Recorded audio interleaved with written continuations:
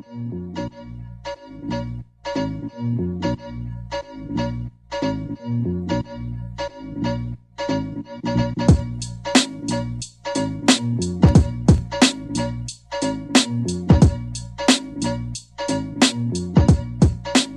Death of Late Night TV, as read by your author, Matt Cox. Around Thanksgiving 2021, I was approximately 2 months into being a New Yorker, and my parents came to visit. Given that their son was now living in the late night capital of the world, it only made sense to hit a show. My dad did some research and ultimately landed on The Colbert Show. For anyone who has attended a late night show, SNL, etc., you know the drill. You have tickets, but you also kind of sort of don't actually have tickets.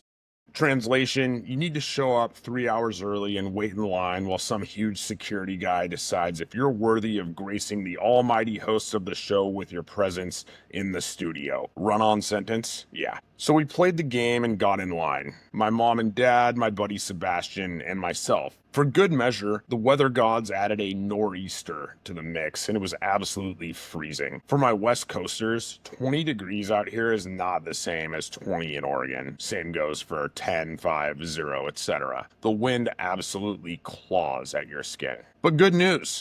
After the long wait, your 4 protagonists enter the Colbert lair and snag seats for the show.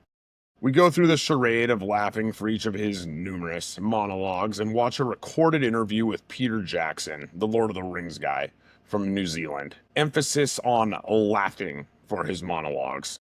There's a full team there that coaches you on how to laugh hard enough at both his funny and not so funny jokes so that the sound of the laughs comes through on TV. There are people walking around with huge laugh signs that they hold up in the air when their canned audience of cage court jesters needs to perform for Master Colbert. We do all this on the premise that Lady Gaga will be coming out for a live interview in the studio at the end of today's show. I'm not going to pretend to be some massive Gaga fan, but I find her very interesting and her star power is undeniable. Plus, my mom really likes her, and so she's super excited. So after laughing at Stephen's jokes for 2 hours like we were all trying to get a spot in his will, we reach the moment. Stephen walks out on stage. You're all going to hate me, but that's the show. We recorded the Gaga interview weeks ago. Ain't no business like show business, am I right? Fuck that guy. The 4 of us agreed we had never felt so used in our lives. Frankly, it was a little gross, like I needed to head home and shower afterward or something. But the core feeling was more pure vitriol. My parents had 3 days in NYC, and we spent the better part of one of them getting used by this weasel with wide-rimmed glasses. In totally unrelated news, Colbert got fired, or if you want to get technical, canceled recently, and I wasn't exactly shaken up about it. If your favorite blogger and podcaster sounds petty, trust your instincts. When the news dropped, there was a rush to proclaim that Trump did this. Not an unreasonable take, and honestly, the one that I assumed to be true at the outset. Word to the wise, anytime you have a knee-jerk reaction or a simple explanation for why an event took place, take a bit closer look. The truth is, Colbert getting fired isn't a Trump thing, it's a capitalism thing. Did Trump potentially speed up Colbert's demise? It's entirely possible. And it's no secret that Trump was throwing a wrench in some certain Paramount, who is the owner of CBS, negotiations. But ultimately, this is a story about cold hard Benjamins, not a sensitive president or a culture war. Here are the facts on the ground. The Colbert Show costs $200 million a year to produce. This one blew me away. It takes a staff of 175 to 200 people to produce the show. And all this work ends in an annual operating loss of about $40 million. For a business like Paramount that is already operating at a loss, the decision was simple. Cut the deadweight now rather than waiting for it to continue dying a slow death. And to be clear, despite my personal experience with Colbert, this is in no way exclusive to him. Cable TV and late night in particular are in secular decline. Hey guys, we're taking a quick break, but before we get back into it, if you're enjoying this episode, make sure to like, share, and subscribe. It really helps us to keep bringing you more valuable content. And if you're on Apple Podcasts or Spotify, don't forget to leave a review. Please, it makes a huge difference. All right, let's get back to it. Cable's demise can be attributed to all sorts of factors such as streaming and social media. Late night has been hit particularly hard. Social has been incredibly damaging in the way it has atomized content down to 30 to 60 second reels. If a quote unquote moment happens on a late night show, we will get it tomorrow on Instagram, TikTok, etc. anyway. And we didn't have to spend 90 minutes waiting for it. At his peak, the iconic Johnny Carson would pull in some 11 to 13 million viewers a night on late night. Letterman and Leno were no slouches themselves, with Letterman usually clocking 7 to 10 million a night and Leno averaging around 5.8. Colbert is actually the current leader in the late night hierarchy at about 2 million a night.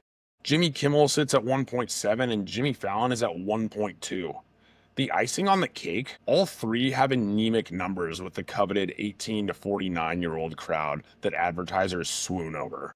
Why, you ask? As Prof G, speaking of one of my favorite podcasters, puts it, these 18 to 49-year-olds are in their mating years and are the most likely demographic to buy dumb shit to impress someone they want to have sex with. Long story short, the Jimmys should probably both start updating their resumes. It's worth noting that none of this is due to any of these hosts lacking talent. It's simply a case of the world changing.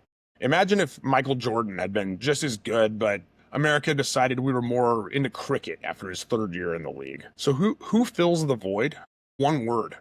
Podcasts. They're eating late nights, lunch, dinner, and the spread in the employee break room. The new stars of the day are the Alex Coopers, Joe Rogans, and Theo Vaughns of the world. If this was 2005, we'd be talking about CBS preparing Alex Cooper to take over the late night show. In 2025, if you ask Alex about late night, the whole daddy gang might smack you upside your face.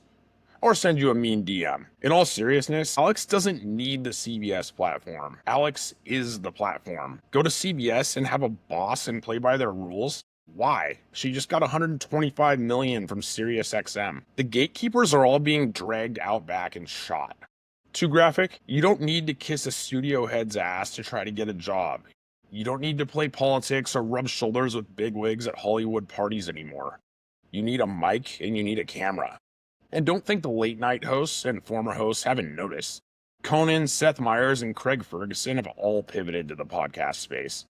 Conan has been particularly successful in the pod space. Additionally, I have to imagine the life improvement of answering to absolutely no one is a major value add over his tumultuous and brief tenure hosting NBC's Late Show. In the economics of podcasting, let's use Joe Rogan, the biggest podcaster in the game at the moment. There are no exact numbers on this, but his studio probably costs 50 grand-ish to set up. And this is, of course, a one-time expense. The cost to produce each episode is likely less than $2,000. Think back to the Colbert Show, burning $200 million a year. So it costs $2,000 to produce. Each episode produces approximately $800,000 in revenue. And the episodes can range from 14 to 16 million listens. This feels like an opportune time to mention that the Democratic candidate for President of the United States was invited on the show and declined. Bravo. After running these numbers by my quant, we've come to the conclusion that they are, drumroll please, good. Hence why Spotify paid Rogan $250 million. As I wrote on the back of the Bob Dylan biopic at the start of 2025, the times they are always a-changin'. Traditional media is ground zero for these changes, and the days of the late night gods aren't just numbered, they're over. Now, if anyone has Colbert's number, I have some Lady Gaga tickets I'd like to gift him as a retirement present. That is a wrap for today's episode. Thanks for tuning in to the Saucetown Investor. If you got value from this, drop us a comment and let us know your thoughts. Did you have a big takeaway? Is there a topic you want to see us cover next time? Is there a guest you want to see interviewed? DMs are open. Business is at Saucetown Properties, and my personal, you can DM me personally, is at The Real Matt Cox 4. We'd also like to ask you kindly to please like and subscribe. You can also follow along with the Saucetown Investor blog. That's mattcox444.substack.com. Thanks again, guys, and until next time, keep investing and stay saucy, Saucetown.